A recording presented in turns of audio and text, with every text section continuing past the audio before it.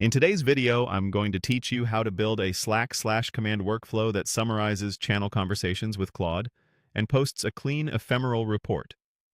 We'll start by wiring up the entry point, a /command webhook.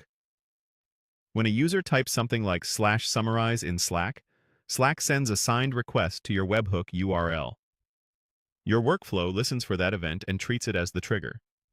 Make sure the command description is clear so teammates know it returns a private summary, and confirm your app permissions and request URL are correctly set before moving on.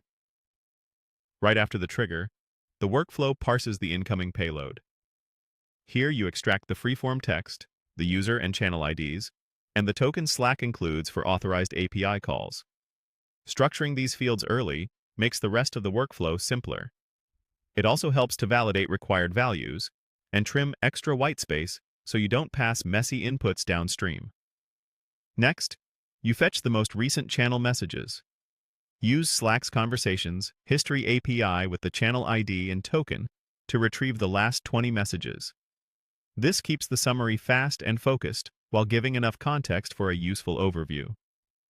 Ensure your app has the correct scopes to read channel history, and consider graceful handling for empty channels or when the user triggers the command outside a channel.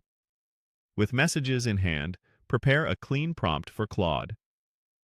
Format each entry with its timestamp and user in chronological order, and keep the text concise. Your prompt should clearly instruct Claude to group related messages into threads, summarize each thread briefly, and propose 2 to 3 short actionable replies for each one. A structured, unambiguous prompt is the key to reliable output. Now send that prompt to Claude for summarization.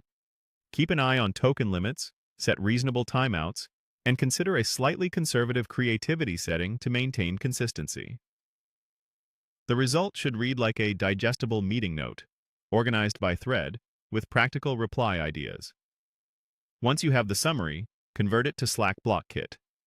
Add a title, introduce each thread with a bold-like heading using Slack's formatting, and place the summaries and suggested replies in clear sections. Test your blocks with Slack's Visual Builder to catch layout issues before users see them. Then post the result back to Slack as an ephemeral message. Because it's ephemeral, only the user who ran the command will see the summary, which keeps the channel uncluttered. Be sure to include the user ID so the message resolves correctly. Finally, there's an optional Anthropic chat model node for advanced refinements. Perfect if you want deeper analysis or formatting variants without changing the core flow. And that's it. You now have a tidy, private Slack summarizer powered by Claude.